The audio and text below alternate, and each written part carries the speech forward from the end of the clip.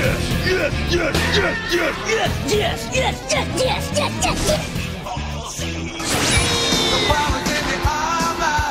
incredible! It's not a cartoon, it's anime!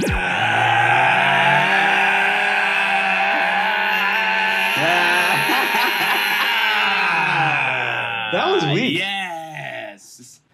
Was it weak? I didn't think so. I didn't think so. I didn't think so at all either. Yeah, it's just hard to, right. I feel like it's hard to hear each other because it like cuts you out when you go above a certain decibel thing. Well, that's all it is. I think once we put it on, we send it, but like I can only hear myself. I can't hear you guys. Zoom is against us. Okay. Yeah. So anyways, we'll go to another episode of Animeshun. Squad is back. Myself, Brennan, Rob, Ice. What's going on? And my We whale. out here in these streets. I got my whale here. Brennan has a whale. This week, man, it was my pick, your boy. Oh, my bad. What we do here on Animeshun is we review anime. We watch the full season or something, or something like that. Or we watch a movie, review that, and we give our opinions on it. We talk a little bit of shit, man. We have one-off debates and different things like that. We'll have different type of things, character versus character. Anime Wars Dads will be coming up soon. That's what we do out here in these streets, man. And I have one side note on that particular thing, if you don't mind. One of my best friends, his name is Brad Salisbury. He came at me real tough because he just started listening to our podcast.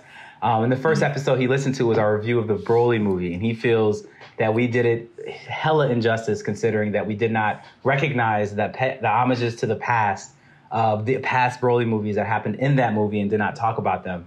And so I'm just I don't have an opinion about what can happen from that, but I'm bringing it up to honor him because he literally sent me a crap ton of messages and he's one of my best friends and he's also a hoe. Just gonna point that out. The Broly movie doesn't need any Broly movie prior to that one doesn't need to be spoke about. That's pretty. I like the to me the first two Broly movies wasn't bad. It was that third one that was just like it left that was god awful. I feel like the first two they were cool. I just don't. I feel like once it got to the scene where he was fighting, he wreaked havoc on all the motherfuckers 100%. on that first movie. I'm a Vegeta guy, so them. I'm not gonna like the Broly movie because he destroyed Vegeta in that first movie. I don't like how he was like only 2 times in all of Dragon Ball Z that he was a hoe, and that was one of them. I guess so. There's only one time it was canon, and that's when I guess that both 2 movies he got hold out because the resurrection one he hold out too. Not in, until she hit Boomer. He hit Boomer.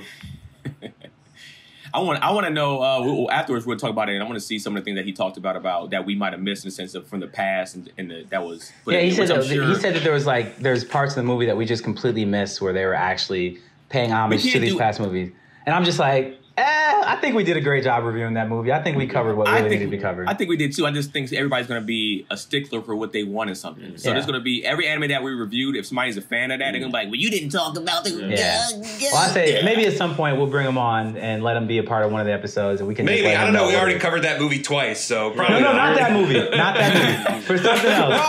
Rob put his foot down before shit even got cracking. Your buddy Brad is absolutely welcome to start his own podcast and talk about all those little Easter eggs, but we are here to talk about a different show. What show are we here to talk about? Hold on, Keenan, before we talk about the show, before we talk about Keenan's pick, oh God, to let you know that you're listening to the greatest fucking anime podcast in the entire world. No other podcast would have talked about those Broly Easter eggs either. So exactly. You know what's funny? I want to see if. Never mind. Anyways, so what were you about to say? I feel like you was about to bring some shit. What were you about to say, bro? No, I ain't gonna say nothing. Anyways, this week was my pick. And as you know, like a lot of times with my pick, I go in there pretty blind. Like I don't know what I'm watching. I might watch a trailer or something, and that is completely it.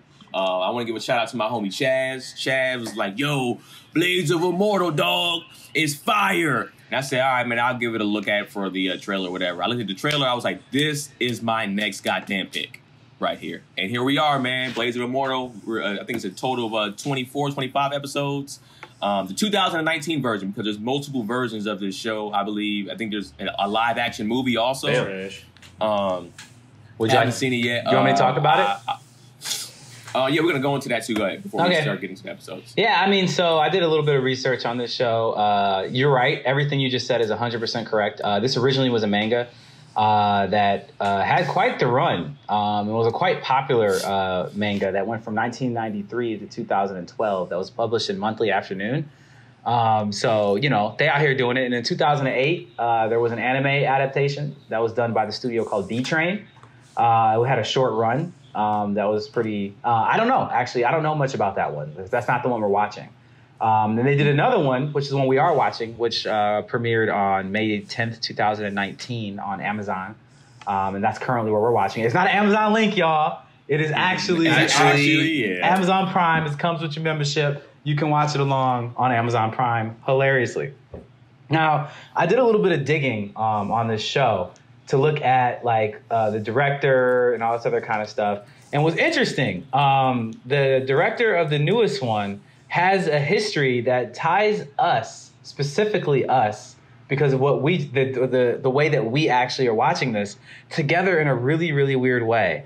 And I was trying to talk slowly and stall to pull up his name because for some reason, because I was showing him like, what the fuck are you talking like?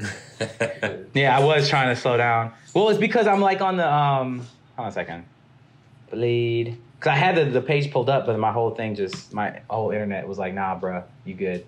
But pretty much what I was gonna say is whatever his name is. Oh, wait, there we go. His name is Takashi Miike, Miike. I don't know how to say his last name. Snitches making anime. That's a Tekashi 6ix9ine reference. That's guys. very funny, actually. That was very funny. It took me a second there. You know what? You know what sucks about a joke is when you do a joke that nobody gets it. Like if nobody laughs, it's like, all right, this shit wasn't just funny. I suppose I felt like he was like, this is a good one, and we're just like, I got it, but y'all were just like, yeah, we don't know. Oh yeah, that's right. Yeah, the rapper who gives a shit. Anyways. Rapper who gives a shit. Well, the interesting thing about this guy is he did a lot. He's done a lot of stuff that most of it I've never heard of. To be fully honest, almost all of it I've never heard of. But he did actually work on the animation for something that we have heard of. He's on the animation team for Ninja Scroll. Oh, no kidding. Yeah, right? This right? Kind of makes sense. I can kind of see that. I can see it with the blood, all the blood. I thought that was wild. Like, 'cause I was just looking through it, and I was because you know what I always do is I nitpick when I do the research. I'm just saying, let me just nitpick the stuff that's familiar to me because there's so much anime that comes out of Japan and so many different genres that there's just so many names I've never even heard of. Because I can name a bunch of stuff that he's directed before, but most of us can be like, okay, cool.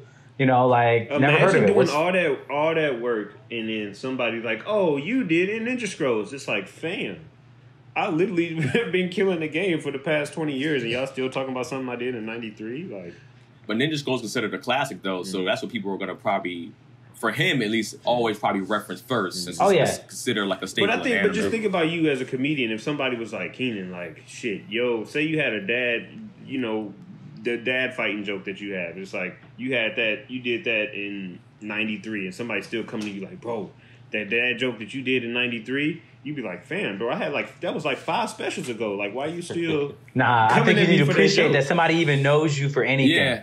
Like, you know me for anything that's good. We out for here. me. That's where my mindset is when it comes to stuff like that. I'm not one of those like, nigga, you should know I'm better than that now. It's like some people connect to different things harder. That's all it is. Yeah, I see that, but I think I wouldn't get mad at that person. It'd be more so for me. Like, damn, like, I ain't dropped any fire since then. Like, that joke was 10, 15 years ago. Like, come on, I don't think that means that. I think you're going to have people that like your new stuff better. I think you're going to have people that's like your old. It's like the old Kanye, new Kanye shit. That's true. Why Kanye? Why Kanye? He's a billionaire. He's a billionaire now. Anybody but Kanye. One of the greatest rappers to ever live. Definitely. What? I mean, he doesn't write all his own stuff. I can't put him. Oh my God. I think greatest we already had this conversation. Keenan and I already had this conversation. I forgot. So the Blade of the Immortal, there isn't too much more to say after what I just said. The only other thing is really if you look at the reception, it won, the manga won Excellence Prize 1997 Japanese Media Art Festival, and the Will Eisner Comic Industry Award in 2000 again for the manga. That's a big one. That is a really big one. And the manga had 5 million copies in print as of February 2017. So that's a lot of that's a lot. Yeah. So the manga is lit in the sense of like there's just a lot of people, a lot of appreciation for that. But the reception for the anime itself has not won any awards. The 2008 one has not won anything. This one's extremely new. So I wouldn't have expected to win anything yet. So yeah, that's pretty much what I got for this. It's an interesting one.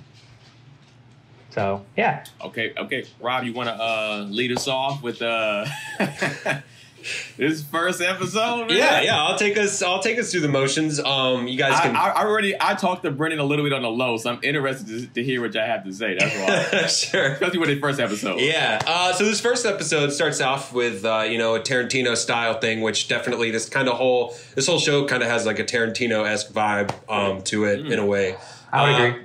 But it starts off with this out of context scene where this samurai is kind of facing off against a gang of other samurai or bandits or something like that, and his sister is already dead on the ground, and he's getting taunted. He's already stabbed and bleeding. It looks like his number's been called, like he's done, and these guys are gloating. But he pushes through the pain and is just like, it's going to take more than that to kill me. Ends up slicing down all these dudes, all of them, and seems to just like basically hug the body of his sister, and we cut away from that.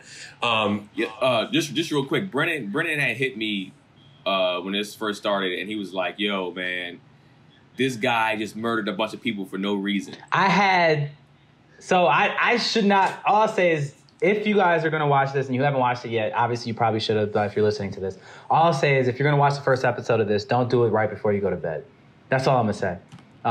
For me at least. But you're sensitive, bro. Like, you thought Promised Neverland was tough. Like, so I don't... It's not that deep. It's not that bad. I was saying what I said because Brendan was like, he had no reason... Because we'll get to the other part that Brendan said scarred him, too. But, like, he said the beginning of this was like, oh, man, he killed these people. It was just... It was like, a lot, man. And the thing is, I love violence. It wasn't. They killed his sister. I love violence, man. Murder everybody. Yeah, I wouldn't say no reason. There's you do that, there's 110% chance I'm killing everybody. I'm killing everyone. Brennan, if somebody hurts your brother, you're going after everybody. Everybody. No matter who it is. He was like, I don't see why. Maybe we could talk this out. I know you just murdered my brother right here, but they didn't even explain how that happened or what has gone, and they said it was his fault. But I'm saying they said it was his fault. It don't matter. You know what I'm saying? It's like I just was just like I wasn't fulfilled on the context. That's what I was telling you. I wasn't fulfilled on the context. And they get to that. They get to that part a little bit later. Yeah, but I'm just saying, like, to open up the show with that, I was just like, I don't quite fully understand the context of this. I don't. Grab my attention. I think that's the whole That's the whole Tarantino style of... No, it's fine. Like I said, and again, that's just my opinion. I was just like, all right. I think Brennan, were you high, Brennan? I don't think so. Okay. And how late? Was it like midnight? It was late. It was like 2 a.m. Okay, you might have been on some just like tired too. I'm tired. Oh God, why would they do something? He, like I said, he's soft. He's a little soft. That's what I am. Thank you, Ice. Go ahead, Rob. So we cut to present time, and we meet one of the main characters of the show, Rin, who's at her father's grave, and is recalling this horrible memory of when she was at home with her mother, and her father bursts into their home, and he's already wounded, and he's being chased by these members of basically a gang of Ronin samurai or ninjas called Ito Ryu or something like that. But they chase him in and talk about like this old grudge they have. She doesn't really know what's going on, and as he goes to defend his family, he just gets absolutely slaughtered in front of them. And even when the mom starts to talk, they throw that sword like a lot of this animation and action. I feel like they, at least for like even these first few episodes, everything kind of meant something, and it was kind of just like, yo, man, what you're saying is interesting, but that's not what we thinking about right now, bro. Y'all gotta go. And they chop this dude up. Yeah. We just see a dude with like fucking big ass shoulder pads, And we'll get to him later. Yeah, we will. But we flash back to Rin at the grave, and she's praying, basically for blessings as she's about to embark on a mission of revenge. And this old woman meets her over at the grave, and it's kind of unclear to me whether she's supposed to be like a spirit woman or like a shaman, or if she's like who this woman is. But she tells her, like, she seems to know a little bit about her situation, and it's just like, you can't do this on your own. Like, Itu Ryu is like, these like a bunch of badass motherfuckers. Like, there were 30 of them when they cut down your dad. Like, that was 2 years ago. They've grown by dozens at this point, and you're all on your own. Like, you have to have a bodyguard to help you out. And so, like, she's like, I've trained for 2 years. I don't even fuck about that. Get that bullshit out of here. Yeah, I don't think that's going to really help her too much. But I'm so glad that I appreciate the fact that they had a realism to it, because it could have been easy to, like, in these 2 years, like on some Demon Slayer shit, like, in these 2 years, she became a master swordsman, and then it's just like her whole travel through the story. So I at least appreciate them for grounding the anime and be like, no, even though you practiced for 2 years, that ain't got shit on what they trying to do, like what they've already established. Yeah, I mean, I couldn't compare it to Demon Slayer because they showed the training process. If they would have showed her training process, you could see that maybe she would do something rigorous. But still, 2 years though, it's like, Tanjiro already kind of had it in him. So I mean, and as they talk about in Demon Slayer, but like, he was the Mike Jordan of this Demon Slaying shit, man. You gotta come on, bro. You said what? He was the Mike Jordan of this Demon Slaying shit. He was already this natural with the. He skipped college, went right to the league, He was cold, man. North Carolina, who? Yeah. That's what I appreciate that they did that. Yeah, so she learns about from this old woman. She tells her all about Manji, this, the Slayer of 100, and it's the guy who was in that first scene. And we get a little bit of context here about what happened, only a sprinkling of it, just that he is somehow responsible for the death of his sister. He was a swordsman that, probably chasing glory, probably made too many enemies, and somehow basically goaded her sister's husband into killing her, and then killed the husband in revenge, and now he's basically cursed and has to he has to help people and punish evil and basically to lift this curse off of him. Cursed with those blood worms, he got cursed with that shit, and he had to kill 1,000 men. Yeah, to lift the curse. So Rin goes out to look for this guy. I mean, he's wanted by the government. They can't find him, so she just hits the street and starts like asking people, like, "Hey, can you point me in the right direction?" And winds up finding nothing, but gets into a shed and spends the night there. And when she wakes up, lo and behold, she found Manji's house, and he's outside chopping wood with some panache as well. Like he's got all kind of crazy weapons, slicing them all up all different kind of ways. And she's just like, "You do that every time?" He's like, "No, I mix it up or whatever." So this is his training method. But this is basically when she tells him, like, "Hey, I need you to help me be a bodyguard. I want to hire you. I know you're indebted to help people. To help with." Help them achieve justice. And he's like, "Well, how do I even know that you're the kind of person that really needs the justice? Like, maybe you were the one that was wrong and they were the ones that were already getting their justice. Like, how can we even justify appreciated that?" this. I really appreciated this because normally in almost any other anime, like when somebody, like a young lady's like, "I need help, my family needs to be avenged," or whatever it is, most of the time they're like, "Okay, young lady, I'll help you," just immediately. And he was just like, but I don't think it was for that reason though. But I mean, still, I don't care what the reason is, for somebody to be like, for someone to have that, like, that doubt in general, just saying, like, just because you're telling me something doesn't make it true. Just because you appear to come to me in this way, don't make it true. He did it too, because just like Brendan said, it could have went the other way, and you can't go in somewhere blindly. But he probably did it for selfish reasons too, because he don't want to start killing people. Right. He has to kill 1,000 evil souls, evil men, evil souls, evil men. Because you just imagine killing all them people, and it was like, oh yeah, none of them count. It's like you only racked up about 650. You're still like 350 in the hole. Not even just none of them counted. You killed a bunch of good people, so now you got to kill 5,000 men. Yeah. You like, set me up. That'd be a dope ass anime by itself. Fucking up and keep getting with loan. That'd be a comedy for sure. Yeah. I'd have the creators of Mob Psycho do it. That'd be fun. Yeah. But he basically is just like, you have to prove to me like that your cause is just and that you have the resolve for what it takes. And she immediately is just like, I mean, all right, if like that's what you want to do, and starts to undress, and he slaps her and is just like, What are you doing?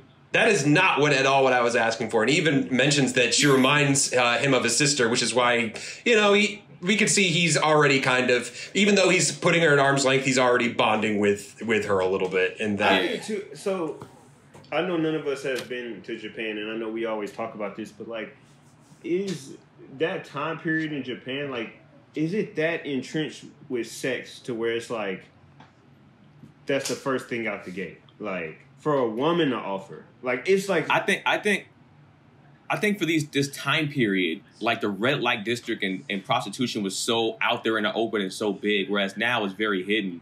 But I think that was kind of like, at least in maybe that time period and where it was, I think prostitution was like damn near a woman's job. Like when she got to a certain age, it's like, all right, you're either gonna be a prostitute, or if you don't get married, you're a prostitute. It is known as the world's oldest profession, so there's that. Well, this is during the mid Tokugawa and shogunate times periods in Japan is when all this was going on. That's from like 1185 to 1868. For me, like, I feel where you're coming from, Ice, to an extent, but I also go with what Rob says. It's like, it's the oldest profession there is that, like, that's just kind of sort of human nature in some ways, in the sense of, like, that's how a lot of cultures over time have kind of turned women's bodies into a transactional commodity. And so for her to be like, all right, well, all I have, she doesn't have money. She doesn't have stores to give the guy. She doesn't have anything except for herself. So she's just like, all right, well, here's my transaction, which is shitty and fucked up. But I mean, that's what she had, she's like, and the thing is, it's like, it's around her. It's everywhere. But that's it's what also I'm saying, just say everything. Like, we talk about Samurai Shampoo. We talk about this one. We talk about, shit. But I'm just saying, like, how many, like so many, even Ninja Scroll, given that, Ninja Scroll, like everything that takes place in, I don't know the periods. Maybe that's the Edo period. No. Whatever the period is, it's like pussy, dropping it. All these. I'm just saying, how many life is clubs? Short in that time period. Yeah, like, that, but I mean, they try to live it up because they how can many get cut strip down. clubs? How many? Everybody that been living it up. Have y'all seen the? I know this is slightly tangent, but have you guys seen the recent Reddit thread where they put James Harden's road performances up against how good the strip clubs were in the cities that he goes to, and they found a definite decrease in his ability to play basketball in the cities that have dope strip clubs. Like, but how does that make sense though? Because Houston has some of the best strip clubs, and he's in Houston. He balls out in Houston. In Houston, they have retired his jersey in a strip club because he spent so much money there. It's ridiculous. That's stupid. But my point being, are we that different now? We call it more sophisticated. We call it a strip club. No, especially with social media. I'm just social saying, like, how many booty holes are in music videos? I don't think there's booty holes in the videos. I mean, it's just a funny name to me. But you know what I'm saying? But you know, I said booty hoes. Oh, I thought you said booty hoes. Like, no, booty hoes. Booty hoes, not booty holes. Wow. Nice to know where your mind is, Ike. If you didn't see the visual, you'll see me making an anus shit by hand. That's the loose one. That's a blown out one. That's a tight one. My point being, all I say is my point being is I would love to say that we've evolved far beyond that, but I'm not sure if we have. That's all I'll say. I buy the girl. That's a fair point. So after being effectively told no, like you gotta work harder for this, Rin sets off on her own. The one piece of evidence she has to try and find this first person is she's been getting love poems from the dude in the mask that literally the guy that killed her dad and took her mother and raped her in front of her, has been sending her love letters, which is, what a fucked up dude. But she takes them and is using them to find out where he is, and she tracks him down. And at first seems to be trying to lull him into a false sense of security. I'm not really sure. She recites some poetry of her that she wrote, and he's super happy about this. He seems to be totally into her, and it's just like, and now we'll seal our communion, our coming together in death, and like draws his sword. Apparently, he feels the ultimate love is for them to die together, to spend eternity together. And she draws her sword and she's going to fight him, but you can tell it's shaking in her hand. She's not ready for this. And luckily for her, Manji does appear out of nowhere and it's just like, well, thanks for making this first one easy for me, and goes to talk some shit against this guy. And he's like, no, listen, like what we're doing here is just me and her. And as Manji comes up behind him, he just turns around and takes that fucking leg off. Fucking leg right off. Yeah. He was quick. He was quick with it. There's no question about it. That's the crazy thing. It's like, Yeah. what did I just tell you? He didn't even like acknowledge him. He just cut his leg off and continued to do what he was doing. Yeah. Yeah, he was like, why are you getting in? I don't want to talk to men right now. I'm talking to a woman.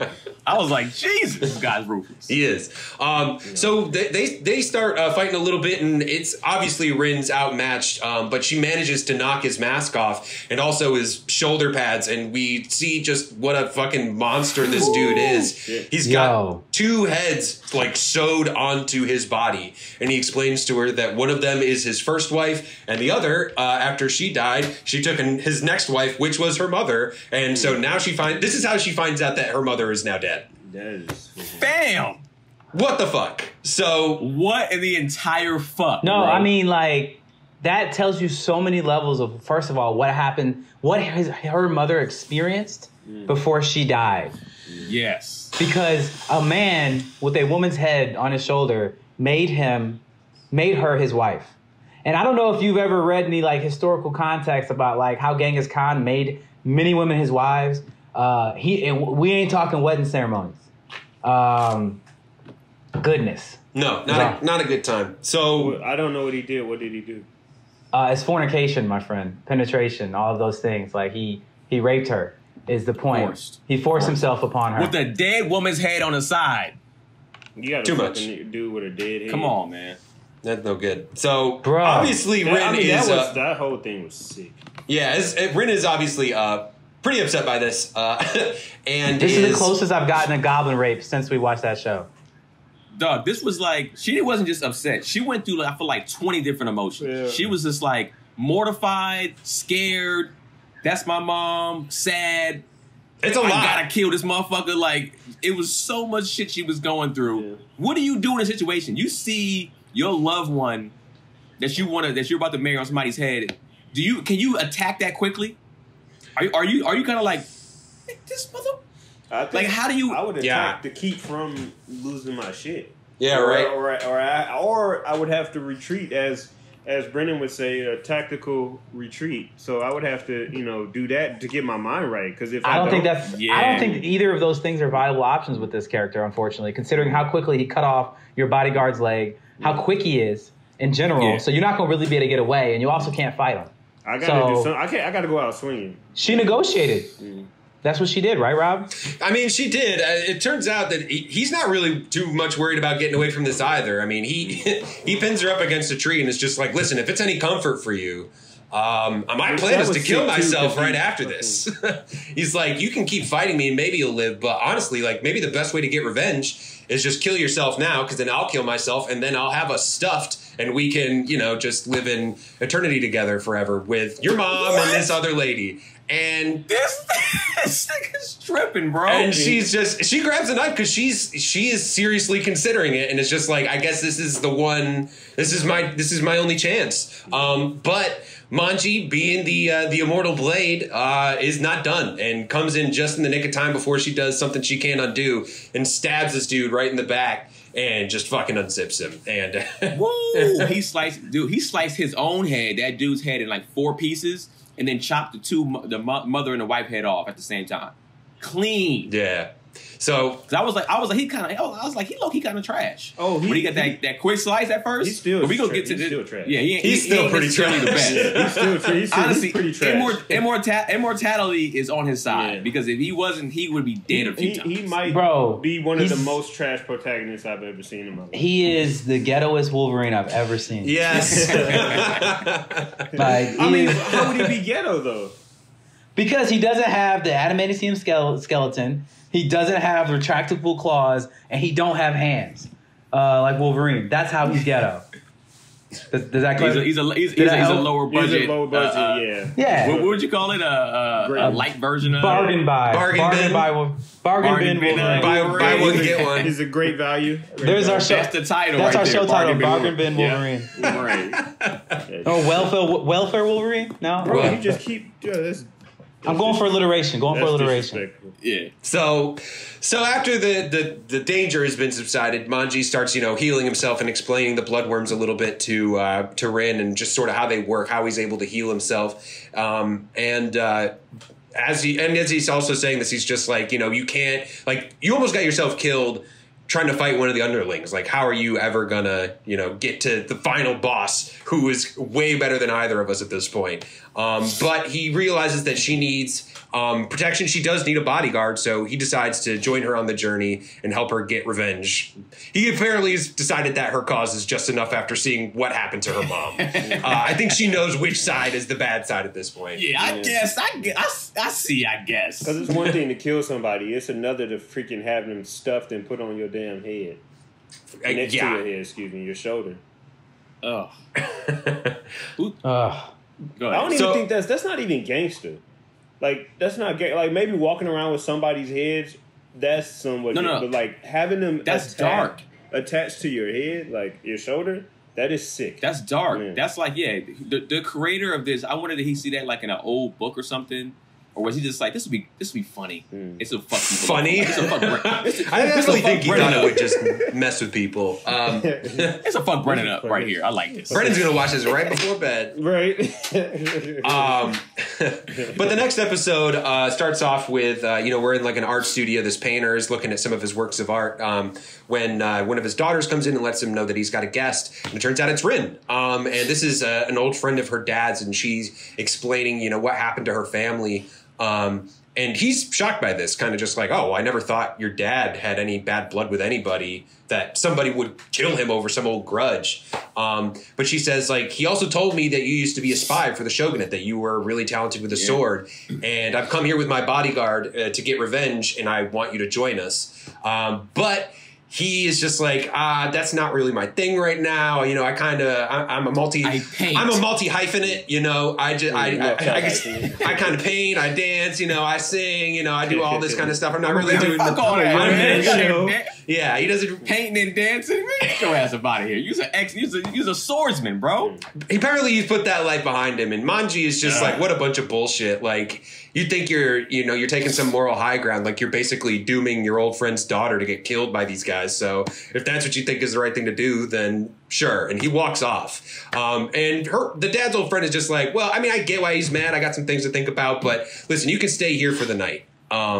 So Manji's not, he said Manji's not the type of dude to leave you here. He's gonna come back. You type shit. Yeah. So don't worry about it. The old friend, the artist, is definitely reads vibes off of people. Like, definitely, he's reading a vibe off of Manji and seems to think that he'll come back. But Rin that night, is woken up from a nightmare about her mother when she wakes up to this dude whispering her name like right over her face. The next assassin of the Itoryu is already there and has got like a bunch of assassins with him. This I will say this about Ren. She clearly in that 2 years learned some type of skill set. Yeah. Because even that dude was just like, yo, for you to just wake up, you're moving too fast. Yeah. Like, but then I gotta respect you for that. Yeah.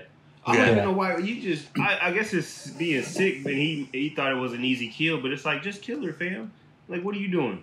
I had that exact thought. The torture there. Yeah, I think some people like to torture, and I think that this type of crew is kind of like they take pride in kind of like maybe he even wanted to like rape too. That's what it seemed like. He's gonna probably do some damage like that first and then kill her.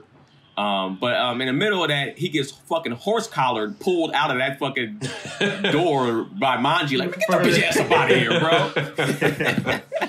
Yeah, and Manji and Rin are able to dispense with pretty much all of his bodyguards that he has with him, but they're destroying these guys. Absolutely. While her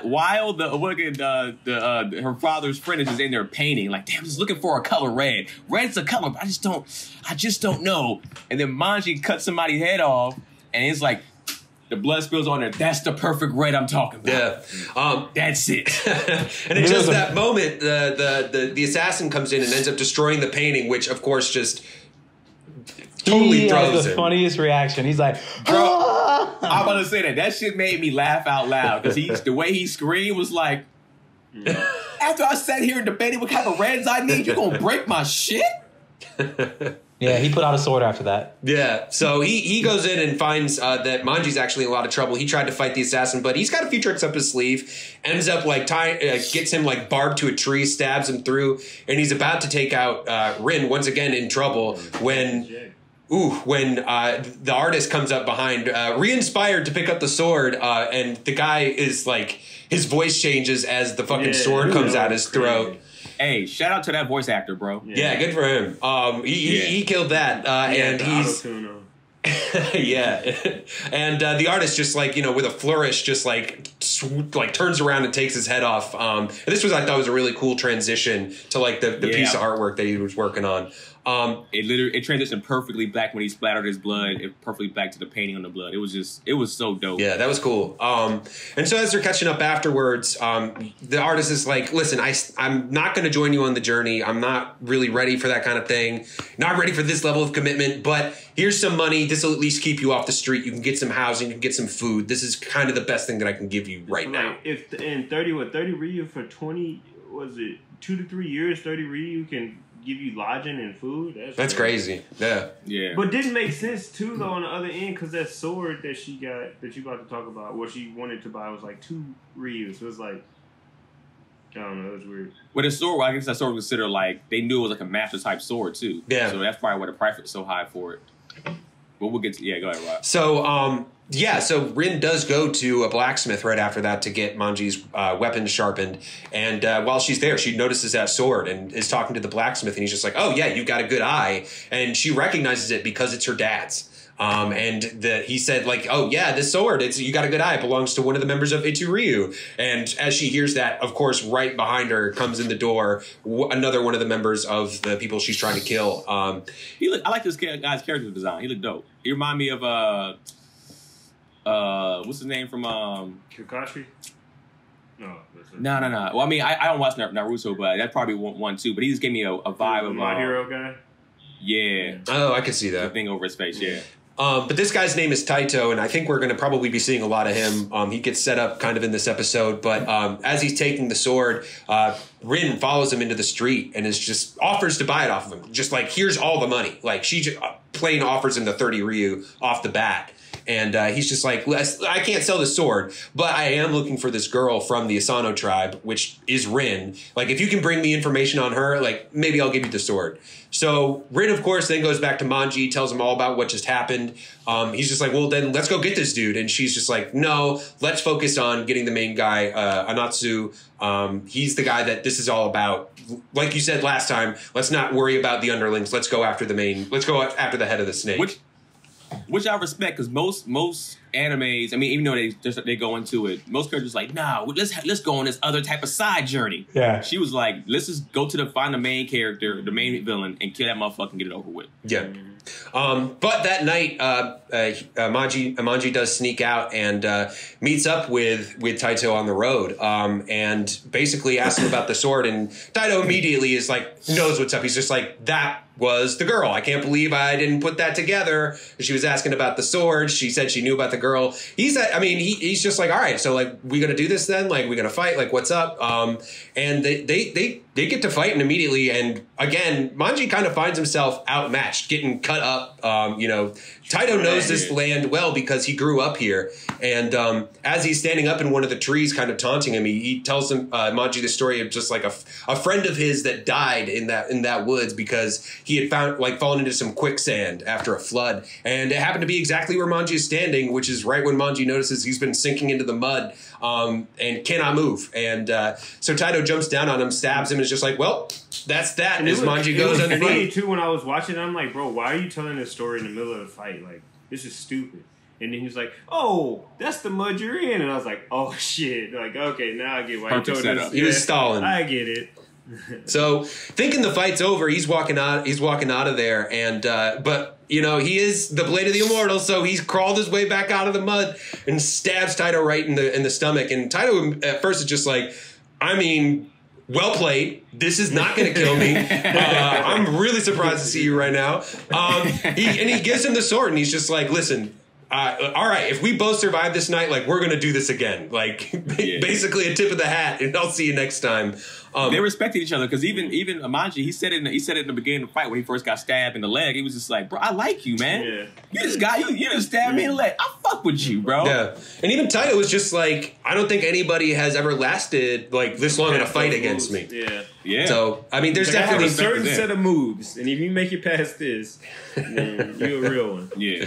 Exactly. So the next day, Rin wakes up and has the sword, and she at first goes to yell at Manji, but this is obviously more of a heartwarming moment, and she starts to call him brother, which I think will probably be something that ends up going on throughout, and their bond is growing. The next episode starts off with this woman giving a monologue about how her mother had told her that back in the day it was better she be a prostitute than a swordsman. Which is some savage shit to say. Which is some savage shit, and does go back to tell you like this is clear. I guess the mindset of the day at that point. Like it's that totally normal profession to just your mother would tell you to take.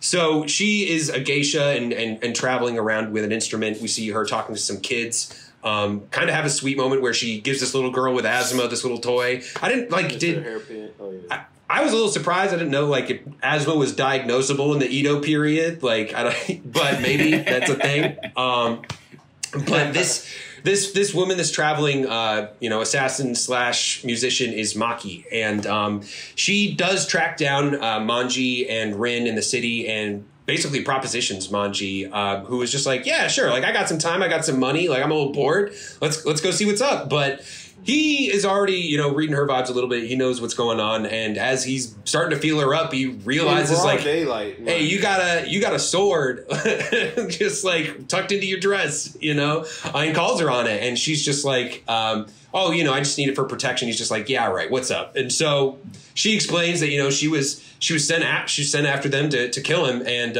he thinks he's sparing her life by throwing her away. But as soon as she gets the distance, she springs up, her guitar unfolds into this fucking crazy staff weapon, and she's ready to fight. Is she not the same character as the blind lady from fucking Samurai Champloo? Very similar, absolutely. Very similar, yeah. I had a very similar thought. Yeah. She was cold. She was. Well, not necessarily. Yeah.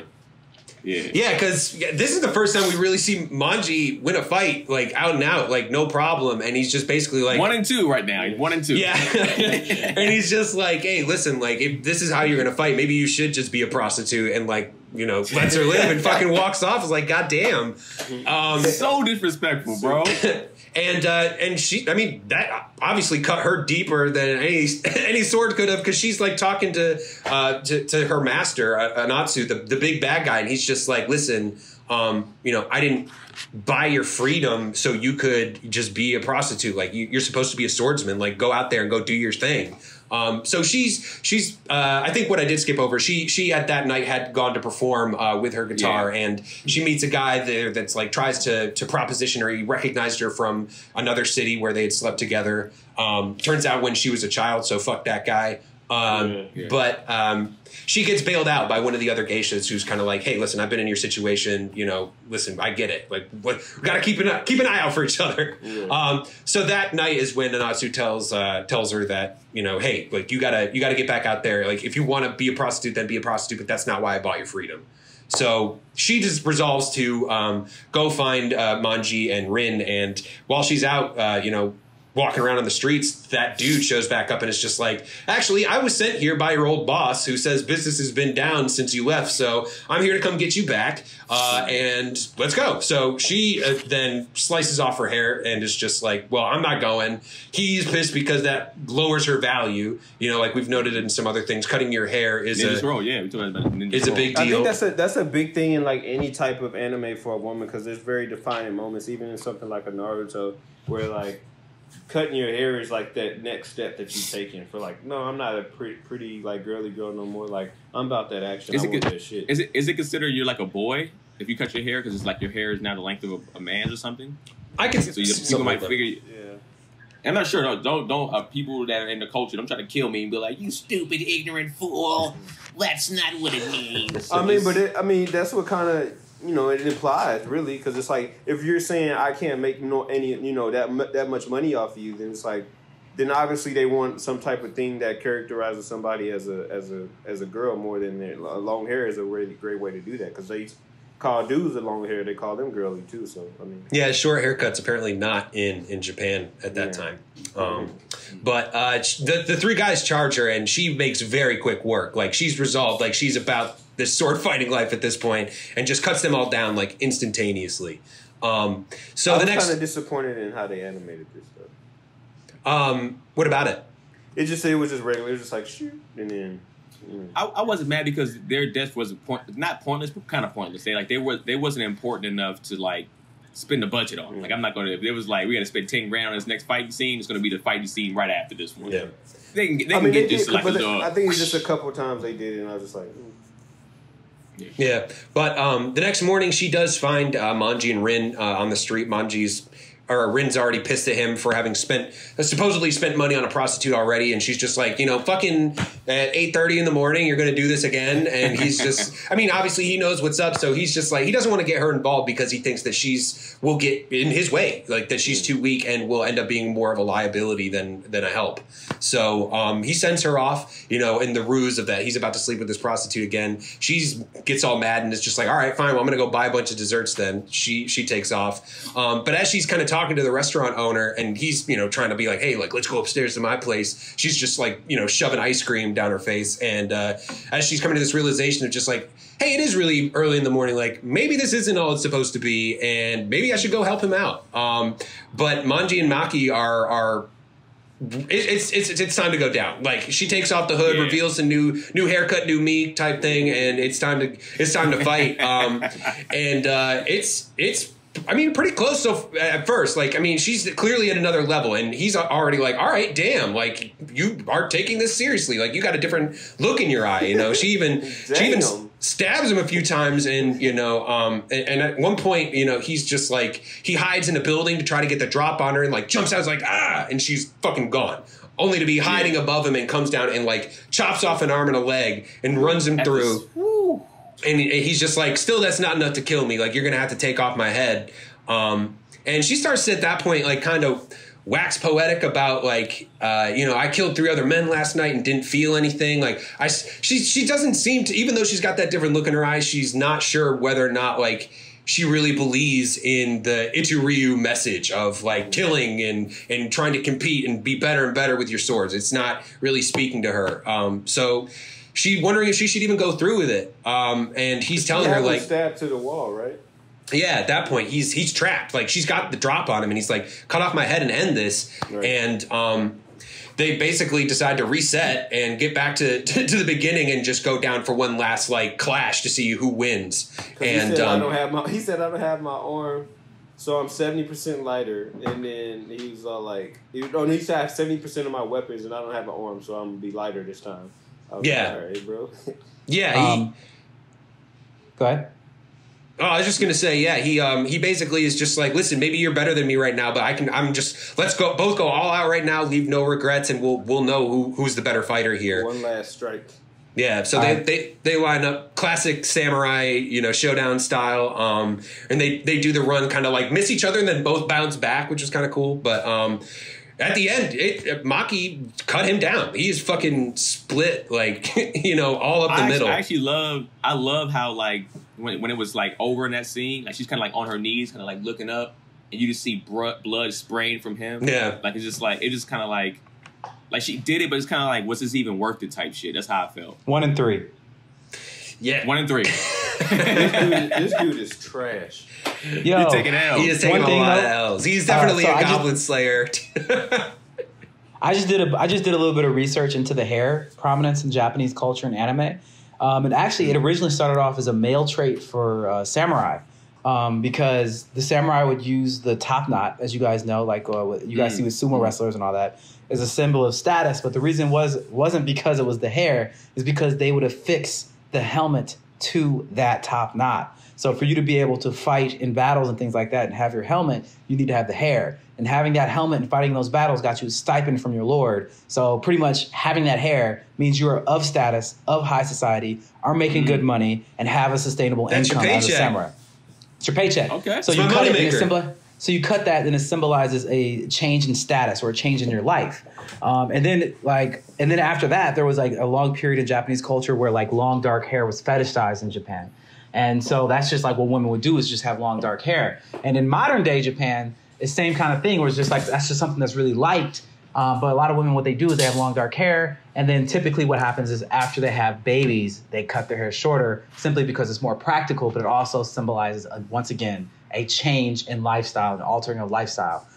So that is really what it is symbolizing, and that's why you see it in anime. Interesting. So there you go. Okay, cool. Okay. That's deep. Yeah. So Maki's about to finish this off, and she's about to deliver the final blow. When Rin shows up on nowhere and is ready to protect him, whether or not she's gonna lose, she wants to protect her bodyguard. Protect your bodyguard. Yeah, I know, right? Yeah. And at this point, Maki's kind of just like asking her, you think your cause is righteous? How many people have you killed already? How many people are you going to have to kill, like, to get your revenge? Is that worth it? Is that justice? And Rin says, I think like it's better for me to fight and kill people for revenge to, avenge my family than it is out of just like some cold sense of duty because some dude told you to. And Maki goes, yeah, fair enough. All right, cool. All right. Hey, protect this girl with all your life, and I'll see you guys later. I'm out of here. I'm about to go turn in my 2-week notice. Yeah, she thought she was deep with that. Just so you think it's right to da. She's like, oh shit, touche. Well, all right. Let me get out of here and leave this guy a note. I think that's so funny though, because that's kind of like today, especially on social media. It's like all these people get on social media and they be like so deep, and you got to do this and you got to do this, and it's like, fam, like. You not saying nothing right now. Like you saying a whole bunch of bullshit. Like you just gotta wake up and smell the roses, and then you gotta be in a garden full of like, bro, shut up. They're like, what are you talking about? So Maki has that moment of clarity and meets up with the other geisha that had protected her, who unfortunately now has to go be a prostitute in another city because her dad is trash and has a bunch of gambling debt. But Maki's just like, honestly, I think maybe you're doing the right thing. Like, I've been causing pain my whole life. At least you're bringing people comfort and pleasure. So that's something to think about. Anyway, have a good one. I'm sure there's prostitutes to this day that has that type of mentality or rationalization because to feel right about what they're doing. Yeah. I mean, yeah. Sure. So, Rin, somebody had to, I feel like. Sure, absolutely. I don't necessarily, I think that's bullshit. But, but she does hit the road. She goes off to stake off on her own, to find her own way. And leaves a little breakup note for the main boss, who's just like, oh shit, like she left me after all that, cost me 50 Ryu. But a lot of money. Rin and he had said even earlier, like on the bridge, like, if you're serious about this, like we could be together, like you could be my girl, like you could be mine. And I guess she decided that wasn't the life she wanted, and so he's gonna be thinking about that for a while. They'll be a dope ass couple though, to be honest. They be whooping people's ass. Japanese power couple, yeah, for sure. Jay-Z and Beyonce, the fighting style, man. But Rin and Manji have a moment where she's basically just, she acknowledges like, hey, so you're my bodyguard and I'm saving you. Like, he's feeling like shit. Like, I got beat by a woman. I got a woman saving my life. Like, this is embarrassing for me, basically. Like, yeah, dude, you're not doing a great job as a bodyguard. Like, regardless of who it is, you're not doing a good job. But she's basically like, hey, let me know when you're going to do this thing. Like, we're on this together. Like, it's better that I help you out than you just get killed out here on your own. So, again, hopefully they'll be facing their challenges together from now on. But that doesn't happen to be the case in this next episode. But the last one we watched, this one actually is more kind of from the perspective of the show's antagonist. And we see a flashback to when... I like this episode. Yeah, this was cool. Anatsu Kagisa, who we've seen only briefly, throughout the rest of these. I'll call him Kagisa from here on out. But we see when he and Maki met. She was a kid that had saved him from some other bullies and from getting killed. And his grandfather's just like, I can't believe, like, you got saved by this girl. Like, basically, I should kill her and kill you for bringing dishonor on our family. And Kagisa's just like, no, like, we have to help her. That's and the dumbest logic I've ever heard in my life. Yeah. Well, I think it's the logic of you let a woman help you. Because even remember at the last episode, even forgot the main character, the main protagonist name again. What's his name? Trash Wolverine. Manji. Manji. Remember he says, I had like one woman save me and one woman do this to me. Yeah. But I'm like, saying the one woman fact was cool, one woman that saved kill me. her too. I understand killing him because he's unworthy, but it's like why are you killing her for helping? Like, come on. Bring her into the fold. Clearly, Right. she's got some more talent. formidable. She's skilled, yeah. But no, apparently what he decides to do is leave her up on a tree trunk where the wolves can come and find her. And he's like, well, if she's meant to live, she won't fall off that branch. And if she does, then, well, oh well. To get her. Yeah. But so the next day, Kagisa goes back to check on her, and she's not there. And he tells his grandfather that when he went back to check on her, he asked her, "Oh, was she still in the tree?" He said no, and he asked her if she buried her, and he said no because she wasn't there. But there were 52 dead wild dogs. So Yeah. even at a young age, He's like, how many corpses? He's like, it was a corpse. He's like, yeah, it was a corpse, all right. yeah, Like, yeah, so that did was you it. bury her? And he was all like, no, it was 52 corpses. And it was all them damn strays. He was like, "Oh, man, she the real gun, this bitch, huh?" Yeah. I should have took her in. Shit. But back in present day, Rin and Manji are training. She's trying some new techniques. One of the things that he's teaching her is about these throwing knives that she's got stuffed up her sleeves. And she's a little hit and miss with it. He's definitely just like, all right, like, I mean, this is a gamble. Like, you can throw this out and we'll see what happens, but you're gonna have to get better at this. It's funny too because it's like you training with this dude and you've seen him. What's his record now, Brendan? 1-3. So it's like you've seen him. What am I training with you for? Like, you're garbage. Like, what am I doing? Like, I'll be honest. But he's the nicest that she's around right now. Like, ain't nobody else helping him. So I would at least want to get a little bit better. Then y'all gonna be mediocre together. I mean, yeah, hopefully he can help her get better because clearly she can't rely on him much for being a bodyguard. Eventually he's going to get cut through and she's going to have to defend herself. But she still has a ways to go. He easily disarms her and puts the training sword to her throat. And she's pissed off because probably she knows how bad he is and she's still not even on his level. So she's frustrated. Am I unworthy?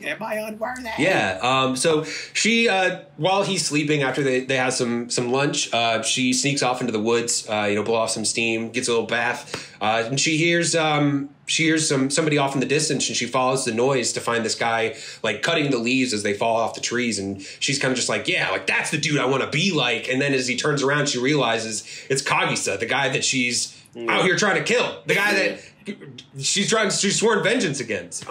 You want to be just like the enemy, huh?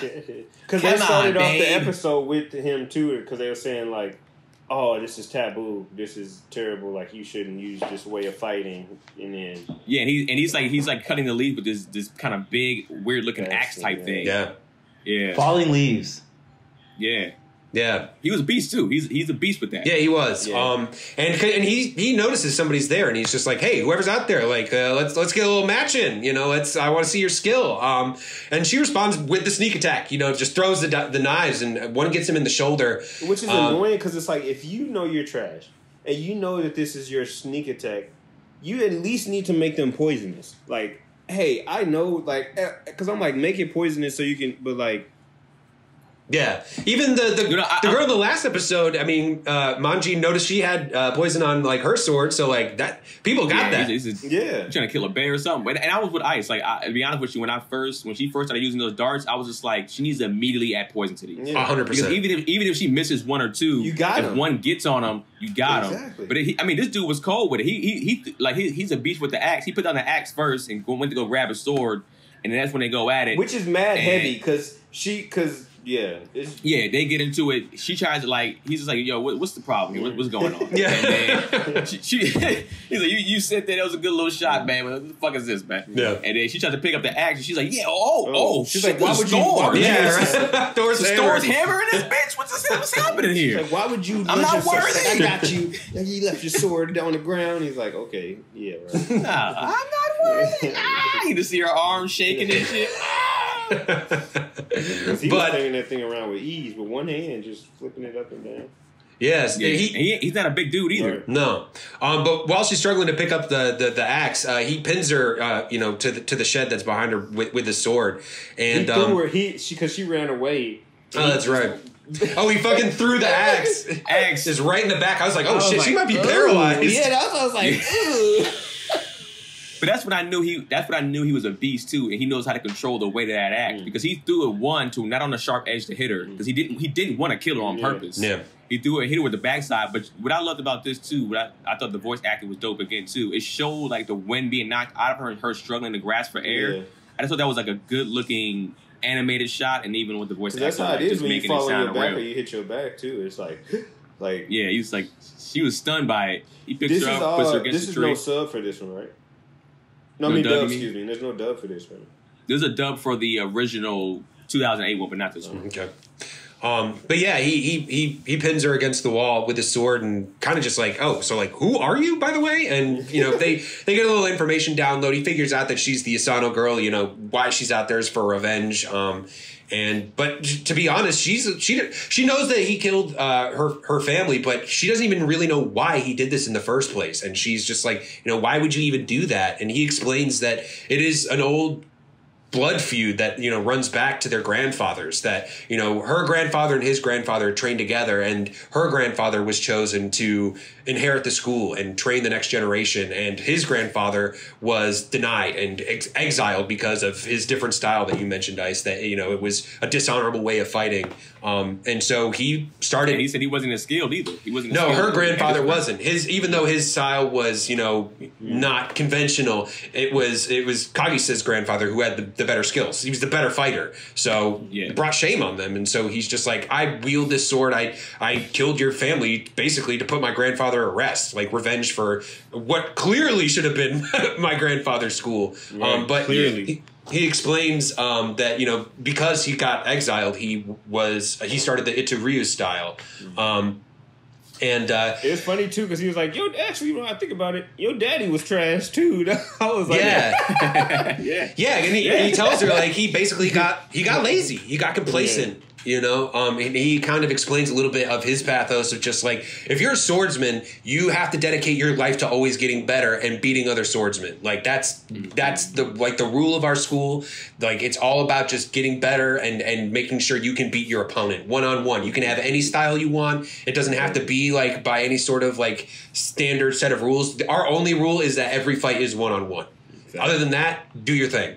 I fuck with this dude. Honestly, honestly, he's the most likable character up until now. I fully agree. Yeah.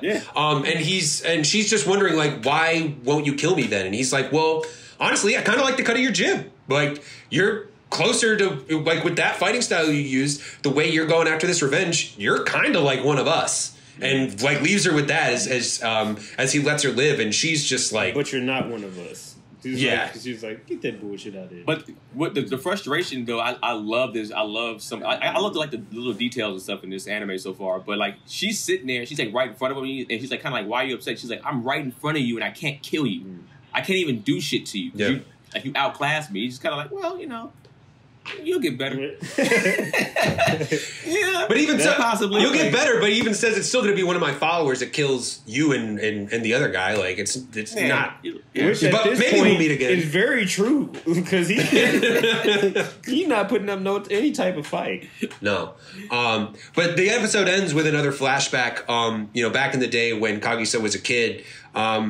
Obviously, his relationship with his grandfather has not gone well. You know, he's out there training, cutting the leaves like he was when Rin found him. But standing next to him is the old dude, only with one head on his shoulder at this point. He hadn't, you know, gotten his second head yet, or his third, I guess. And he's just guarding Kagisa while he's training, and his grandfather's over, like standing in the bamboo trees with an old friend of his, an old student, and he's just like, yeah, so that's my grandson, and his friend's just like, oh wow, he's gotten so big. He's like, yeah, today's the day I'm going to kill him, and I'm going to need your help. What? And that's the guy's reaction. He's just like, what are you talking about?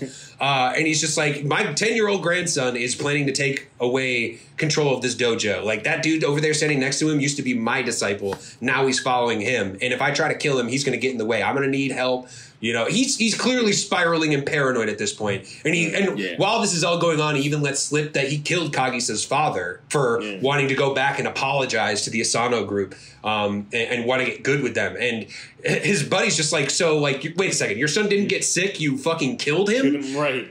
And the grandfather's just like, we just have to make sure that Ito Ryu is protected. And his friend gets a smile on his face, and you can tell at that point he's got a different idea of how that's supposed to go down. Oh, I'll protect it. Oh, it's going to be protected. And Kagisa comes, finishes up his training, comes home to find his grandfather's head cut in half, and with the old buddy Sabato standing out front.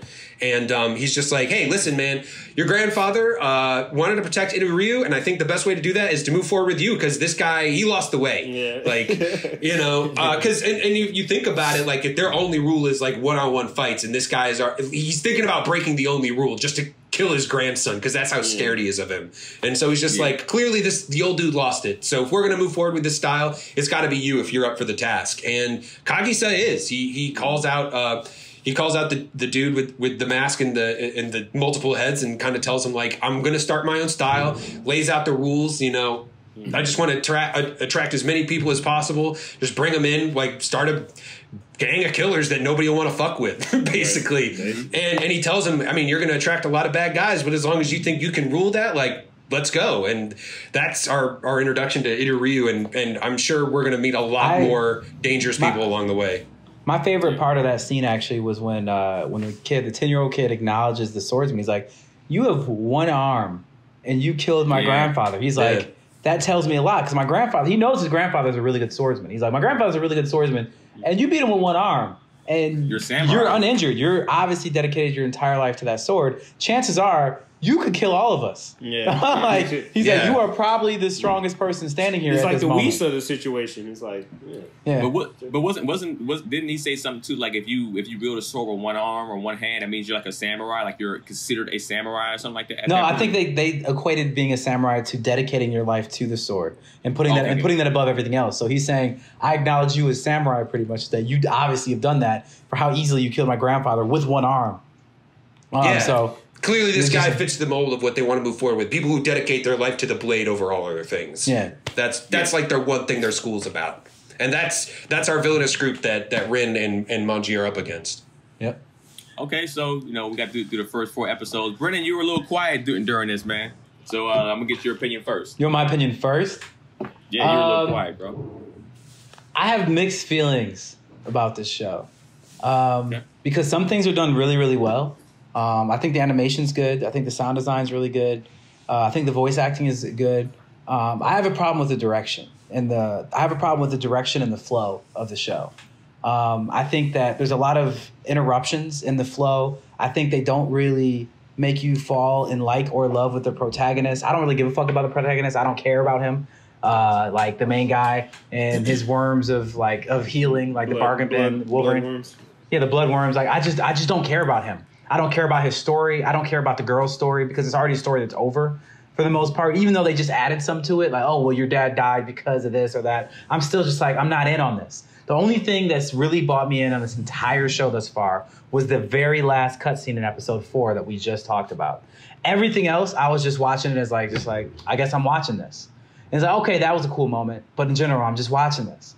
Like, I haven't felt drawn into this show like I normally get drawn into anime in some way, shape, or form, because I think there's a buy-in that you normally have. It's like they get you to buy into different aspects of the story because you want to know more about something.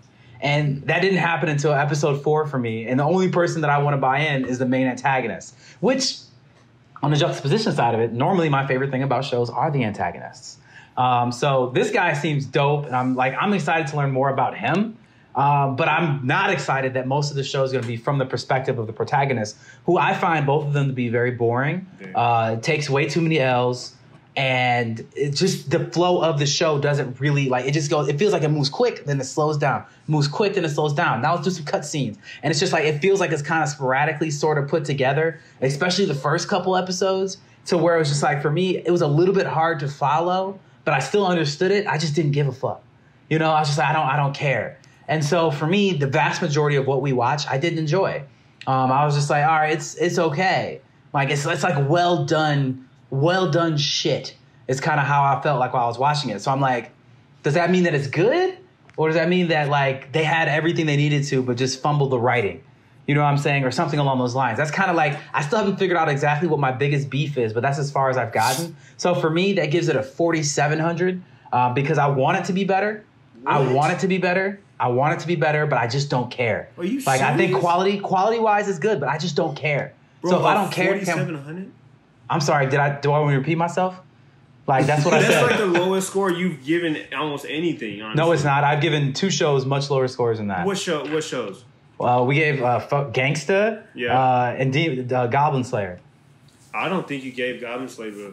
I think that's the same rating I gave Goblin Slayer, actually. Exactly. Damn. So for me, this is thus far this is Goblin Slayer level for me, just because I don't care, and that's really what it comes out. I just don't care. So again, like I said, that's my opinion. I expect different opinions though. Nice.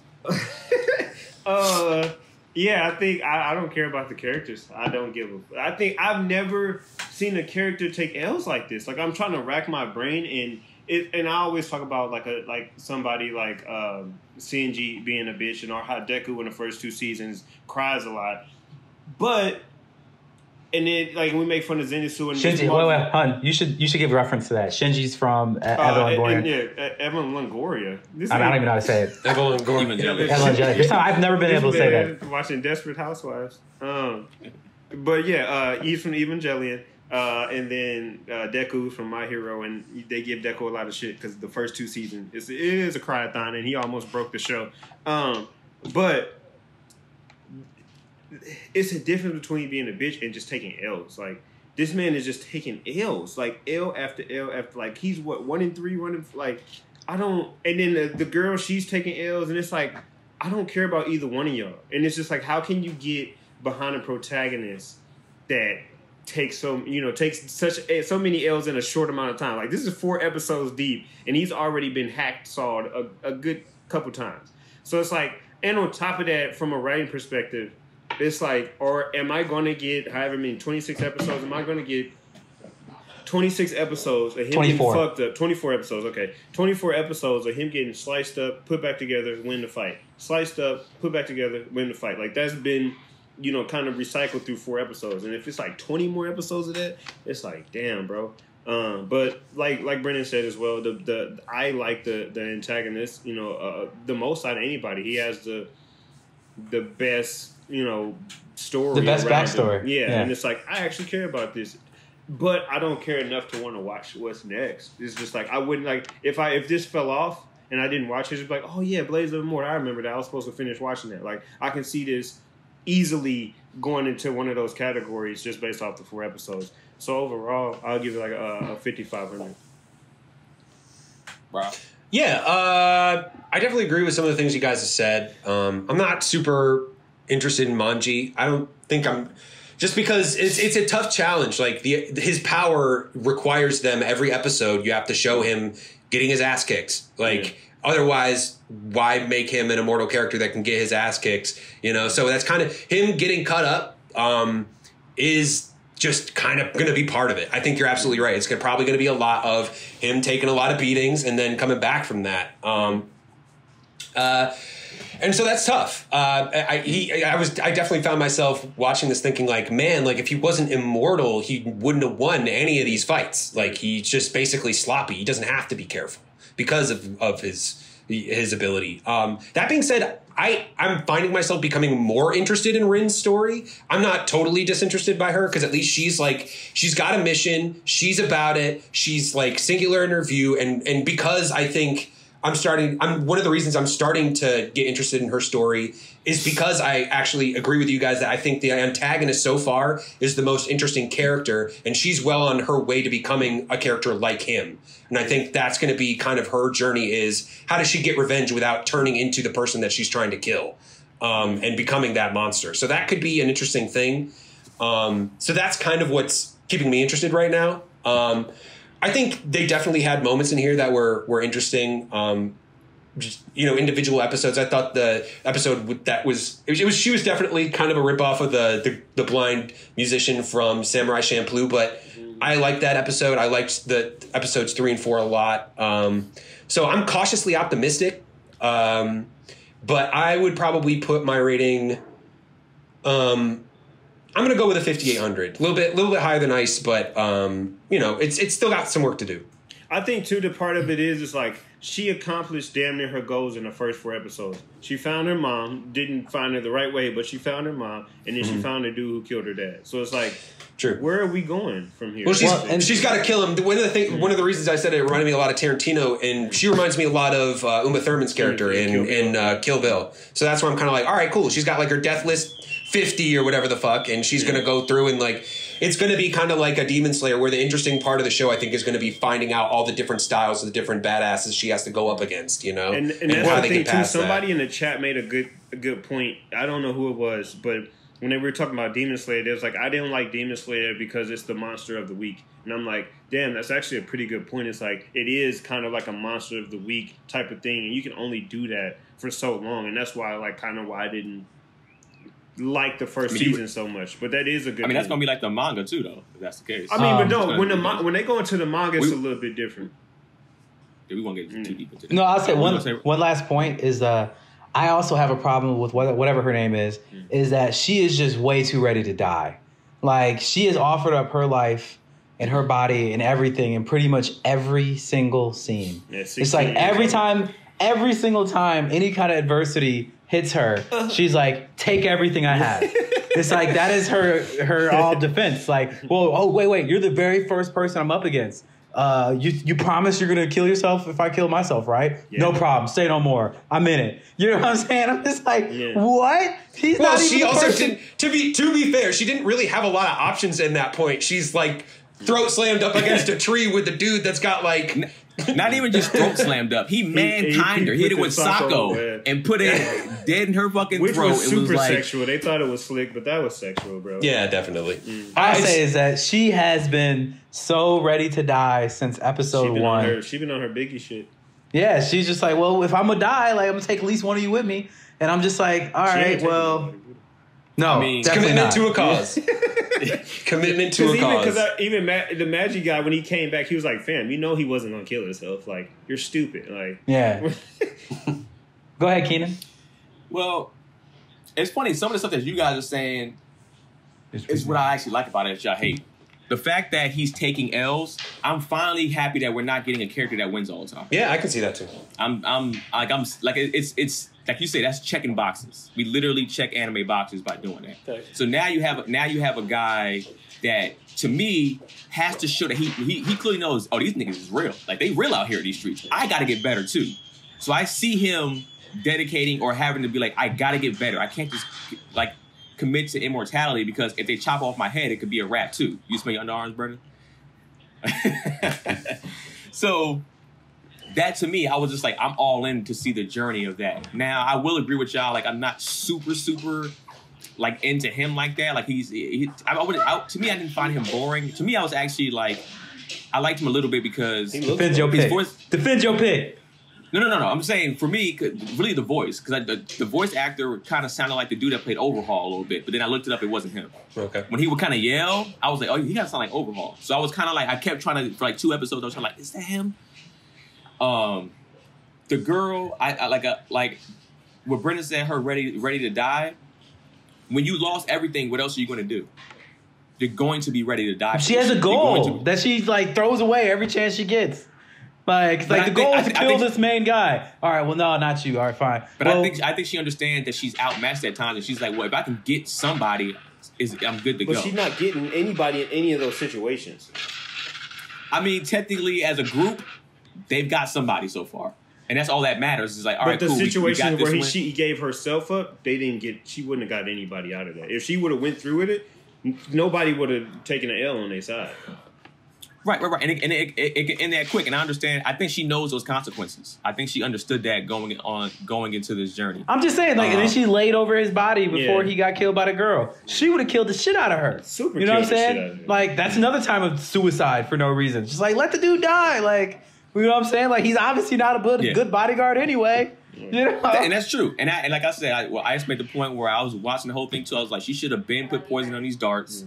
She could have saw all girl from long range. She already would have won. Yeah. If she would have had poison on her darts, this whole show's over. Yeah. In her defense, like, for protecting him, he also just, like, not only agreed to help her to get revenge, but also just, like, went out and murdered the dude that had her dad's sword and was just like, here you go. Like, so she kind of owes him a little bit. So if she just stood there and like watched him die, I wouldn't like her as much. You know, what kind of character would that be? You get her back by poisoning your darts. Anyway, but sorry. Also too, Brennan. I don't think Brennan's saying the story was like everything was moving slow. I don't think that. To me, no, I said it moved fast, slow. It's like there's parts where it moves fast, and there's parts where it moves slow. To me, I don't think there was any bullshit in this show. Like in the sense, like we don't need this. I felt like everything that was done, like the episodes, to me moved quick. I watched 4 episodes. I was like, damn, that's only 4 episodes. I can watch like 5 or 6 more. I can watch 5 or 6 right now. But it's like I did not feel that at all. I didn't feel that way either. I didn't feel that at all. Which is fine. I'm saying for me, it didn't move slow enough to where I'm talking about timing wise. Like if a 5th one came on, I wouldn't feel like this. Damn, this is like a 5th episode. A 6th. That's I felt that way after every single episode. I was just like, well, I mean, but you was a bitch because at the end of the day, you came out the gates crying about he shouldn't have killed people at the beginning. I wasn't in it. I just didn't get it. And I still don't get it. So right there. It doesn't see, and that's fine. Like you go, I don't get it. So if somebody kills one of the most important people in your family, you're just kind of like, I don't get why you would get revenge for that. They didn't even show who killed him. Who killed her? Context There's like clues. 50 guys there. 50 the guys. dude that's in front of him. Only one of them did it. Only one of them did it. Brendan, I feel like you are just being purposely obstinate. This is ridiculous. Yeah. I mean, that's I what don't it even is. know what Like that word means, Rob. I know. I don't know what it means. I know. Context clues, Yeah. which is what you should use in the scene. Context clues. I don't like this show. I feel like Brennan doesn't like the show because he saw the 2 heads and he was done with it. And so that's why, like, Brennan right now is playing lower than his intelligence level. For you to sit there and say, I don't know why he killed somebody. If you with the people that killed my sibling, all of you died because you stood there and was like, we cool with this. Facts. All of you died. Same thing with fighting. Is like I've seen it in a lot of families. It's like, hey, this person beat up your brother. You let your brother get beat up. Why didn't you jump in? I mean, Brendan, you have several fair points about this show. I don't know that that's one of them. That's definitely not one of them. It's terrible. I'm not going to argue with that. So and then just to wrap up my point, I will agree right now, and I will agree with y'all. I think the main antagonist is one of my favorite characters, but I think Brendan was wrong because Brendan kept saying we're going to see this from the viewpoint of the protagonist the whole time, and I don't think so. I don't think so either. I think we're going to see a lot of the antagonist because he is so dope. And I think they're going to bring him in. Because I don't think they would build him up like that with his backstory not to come back to it. They set his backstory up way too early, too. Because they gave him a clean entrance and a clean exit.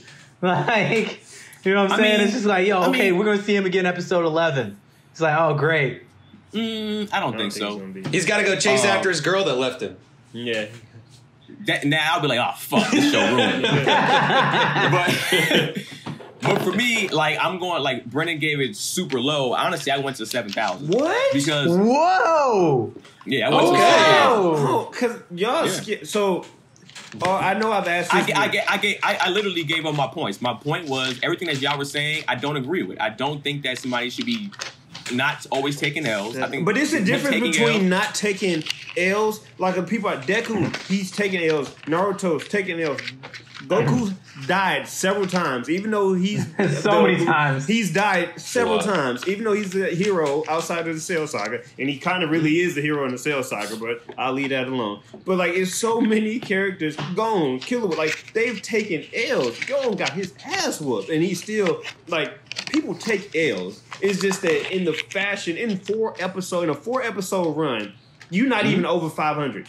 And you just like and that to me, I understand and I get that point, but for me that leaves room for growth. Now if he keeps taking L's and he keeps getting sliced up, you need to be somebody life coach. High ceiling, high ceiling. I almost just spit my water all over my computer. You know that leaves room for growth. It does. It 100% does. Keenan needs to be somebody's life coach. But here's what I'm saying though. If it continues this way and he just keeps getting limbs chopped off and pretty much to his death and he keeps getting these stab behind wins, then I'm like, yo, this shit is whack. My score would immediately drop super low to probably around a Brennan's or something like that. But as of right now, I'm looking at it like he has the potential. Like if he comes now and be like, all right, I gotta actually train now. I gotta really train because I use my immortality as my crutch, literally because I was fucking losing a leg here and there. And now I actually have to work and get this shit done to help this girl out, and she has to get better too. Because I felt a little bit of Samurai Champloo vibes, a little bit with her being kind of like a foolish type character. For sure. But at least with me, she has a stronger goal in my opinion, and she's like, I'm willing to learn how to fight to help you out in this shit. Whereas food is like, y'all gonna be eating food out in this bitch. Why y'all keep leaving me? So it's like. Well, she kind of has to be like Jean and Fu in one. Yeah. But go ahead. So then 7,000, you got to think about it. So this is just as good as Iron Blooded Orphans. I'm not even going to go far back. Just the last anime that we watched. You feel like this stretch of episodes That's a really good question, Ice. Than the first 4 episodes of Iron Blooded Orphans. That's a really good question. The first 4 episodes? Yes. You are sick. You are sick. For me, Iron Blooded Orphans was cool. Like, and I said it. Iron Blooded Orphans wasn't an amazing anime. Now, for me, you got to realize too, all of our different type of styles and what we like in different things. For sure. I like kind of darker and more depth in anime. Iron Blooded Orphans kind of had it, but this like came out the gate showing some shit. I was just like, okay, this is about this. I felt like this was more real in that sense. It felt like watching this, even with the animation style, it felt like every episode was kind of movie-esque a little bit, like little mini movies. That's how I felt. That's all. 7,000, bitch. 7,000. That is. Yo, guys. I'd like to cap. I'm super happy this has been recorded. I'd like to take this as Exhibit A of defending your pick, everybody. Yeah, this is how you do it. You bring the heat. Exactly. You know what I'm saying? No. You're like, not only am I going to disagree with everything everybody else said, I'm going to say this is my the best rating possible. Right. I'm going to give this a 7,000 without hesitation. We out here. Gold star. Here's the thing. My rating 7,000 was before you said anything. My thoughts of the anime, I talked to Chaz about it a little bit. These are my thoughts beforehand. So it's not like y'all said something and I said, well, let me boost my score up.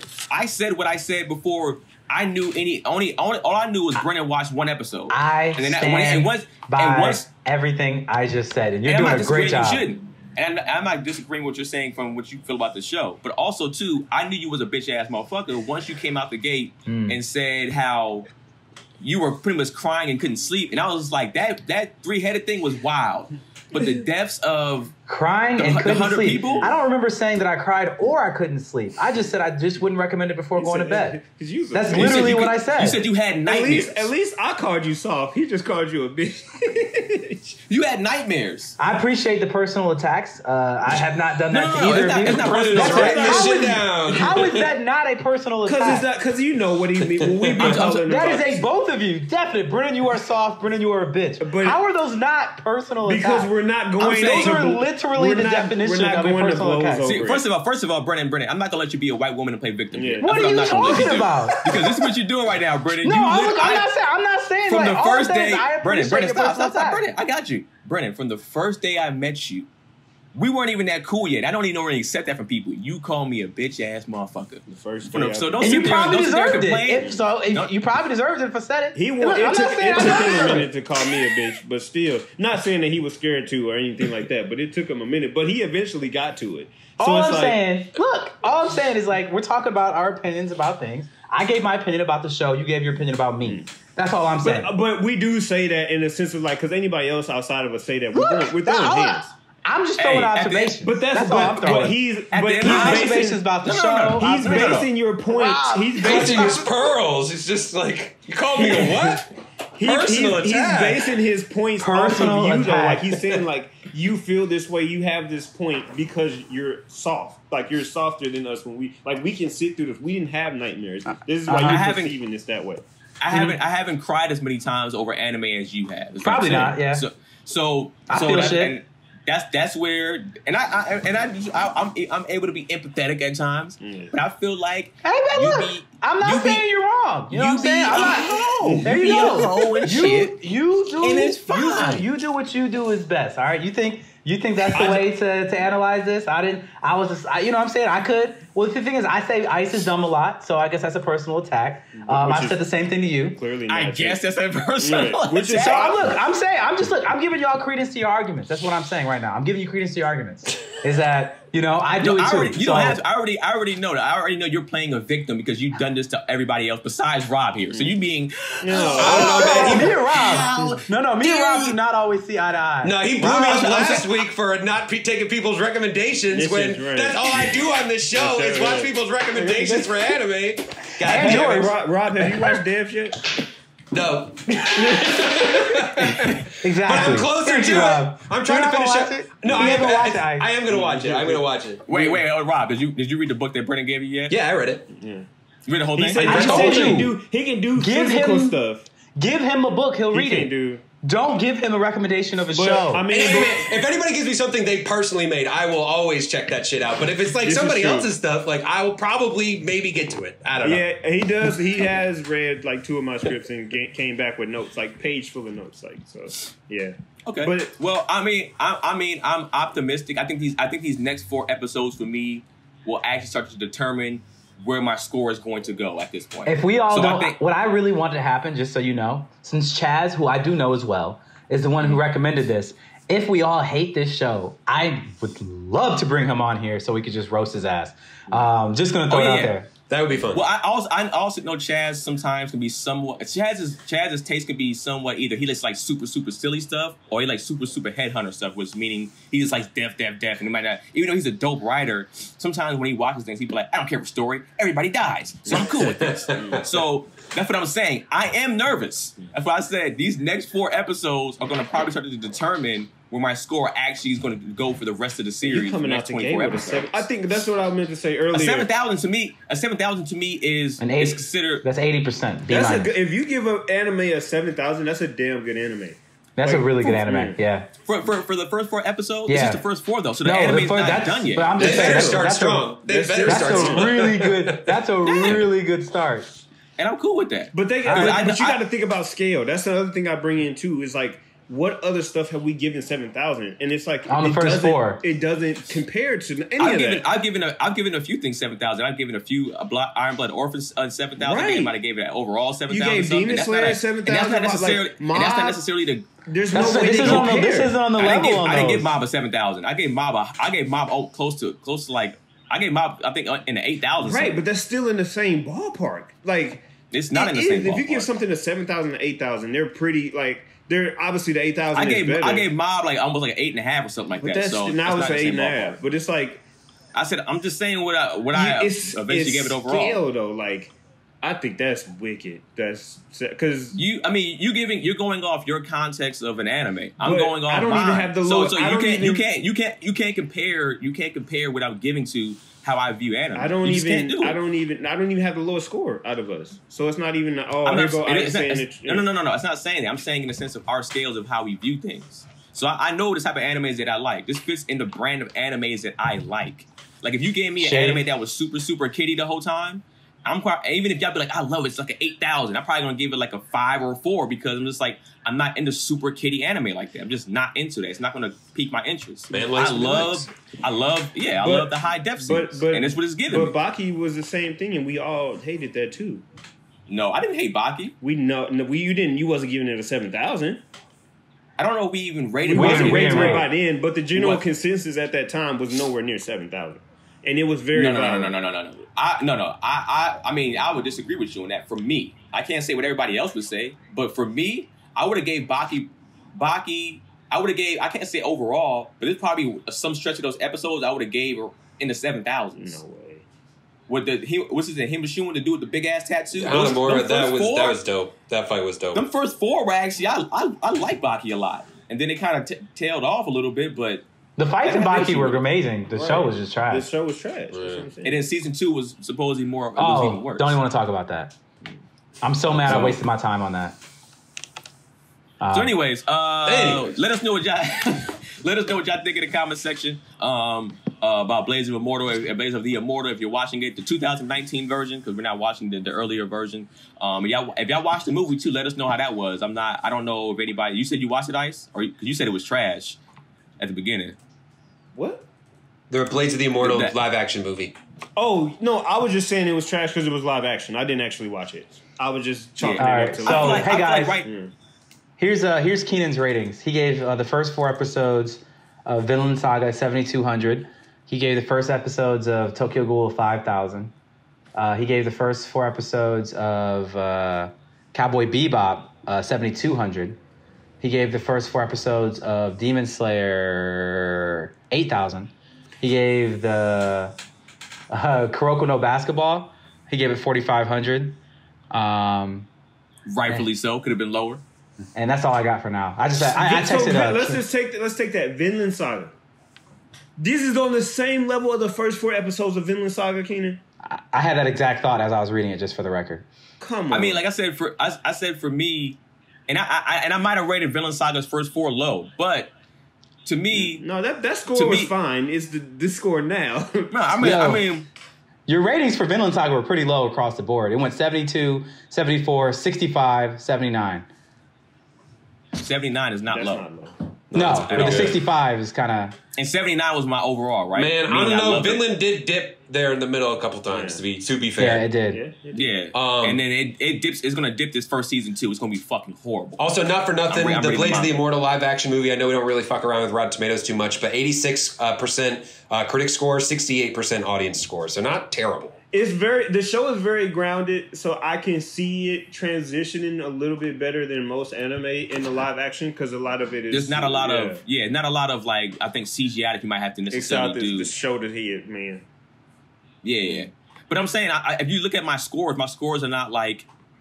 My scores are not crazy. Like that, the stuff I gave low scores, Kuroko no Basket, which we all disagreed was fucking god awful. Like that's the lowest score I give it, and everything else is kind of like around mid 6s to 7s. Like I don't understand But you why. can't. There's like Think about the first 4 episodes where's this of coming Vinland from? Saga. There's no way they even compare. That's why I said I actually might have given Vinland Saga. Hey Rob, what did you rate this today? Rob, what did you rate this today? What did I rate this? I think I gave this like a 50, 56, 58, something Okay. like that. Yeah. 5,800. 58. Yeah, Rob gave it the first 4 Vinland Saga 6,500. Nobody like my scales. I understand. Hey that my man, he scales likes not what the he same likes. as I get everybody. it. It doesn't have to. Yeah. What do you say? All right, we're good. Let's don't go. yuck my yum. Yeah, don't yuck his yum. Don't yuck his yum. my yum. Don't yuck his yum, Vernon. All right, so what do y'all think, man? Do y'all agree with your boy? You give it in the highs in the 7,000s or above, or do y'all go with the rest of the squad and give it something lower? Let us know what y'all think in the comment section. Like I said, let us know if you watch the live action too, because I might just watch it on my own after this if they don't want to watch it. Go ahead and drop your stuff, Ice. Ice.McGowan on everything. I'm on Twitter now too, so y'all can follow me, Ice_McGowan. Rob. I am RB Danger on Instagram. Burn At Mr. Producer Face on the gram. it. Burn it. Yeah, squeak a little bit. Keenan Baker on every single thing out there. Instagram, everything. Make sure you follow the Animeshun page on Instagram, on YouTube especially. We're trying to get those followers up and them views up, man. Right now, we're in a quarantine, so watch everything. Go back and Share listen it to our with other your friends. episode too. Yeah. People been hitting me And see- saying what they like about certain episodes. People be reminding me about certain things that we said. So keep that going. I We're don't- super I- open to all of that. I forgot about so much shit. When you said this, I'm like, I I said did? that Yeah, I'm Yeah. like, when did I even say that? shit. Yeah. But yeah, Keenan Baker on everything, and we thank y'all for tuning in. And well, as a matter of fact, next 5 episodes, 5 through 8. Next 4 episodes. 4 through 8. I'm sorry. Yeah, 5 through episodes, 8. Yeah. Yeah, 5 through 8.